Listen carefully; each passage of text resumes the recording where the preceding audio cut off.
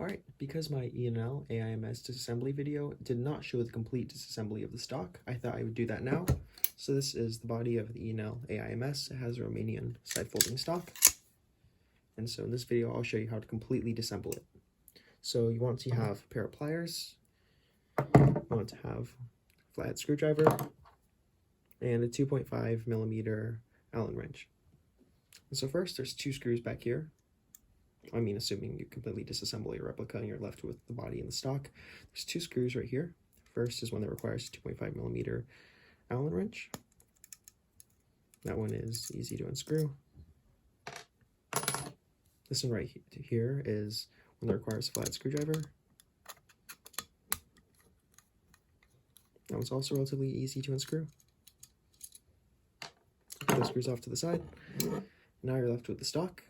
Now what you want to do next is take a mallet. That's probably something I should have mentioned. You should have a mallet and just kind of hammer it out. First you want to hammer it downwards like this.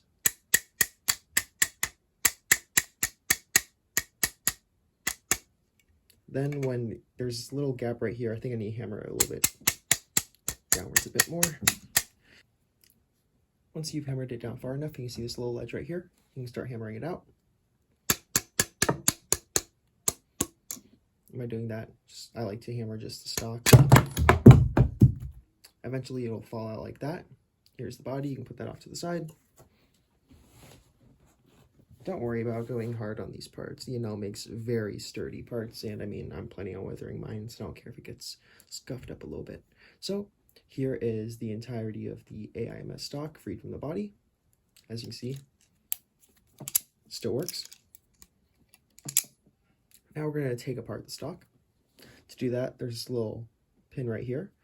You need to push it out. Sometimes it can come loose from gravity, from just pushing around, actuating the mechanism for the stock. So it comes out a little bit. You might be able to see it's come out a little bit there. You might want to have a little pin, try to push it out through here. I'm actually going to try that with the wrong tool for a job, a 1.5 millimeter hex key. Putting that little hole and tapping on it lightly. Oh, that worked well. I was actually going to plan on using these pliers to yank it out, and you can do that too. It just takes a little bit more pressure, but I guess using something to punch it out, like this 1.5 millimeter hex key, worked perfectly fine. So here's the pin. You can put that off to the side. Now you can disassemble this. This is a stock. We're going to come back to it. This is a little push mechanism, little button that you push. It has a spring inside of it as well as the button itself. Put that off to the side, and you have this main piece right here. It has a sling attachment right here, sling loop, and you can put that off to the side. What we're left with is the wire stock. Now we're going to be removing this little foam rubber, kind of just a little foam rubber piece right here. This is what keeps the stock from scraping the side of your Airsoft replica. And to get that out, you're going to notice there's this little hole right here on this side and on this side.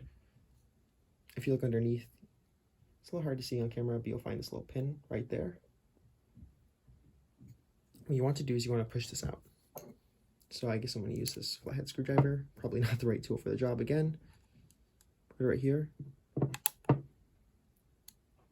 kind of just push it out. Try using the 2.5 millimeter Allen key. There we go.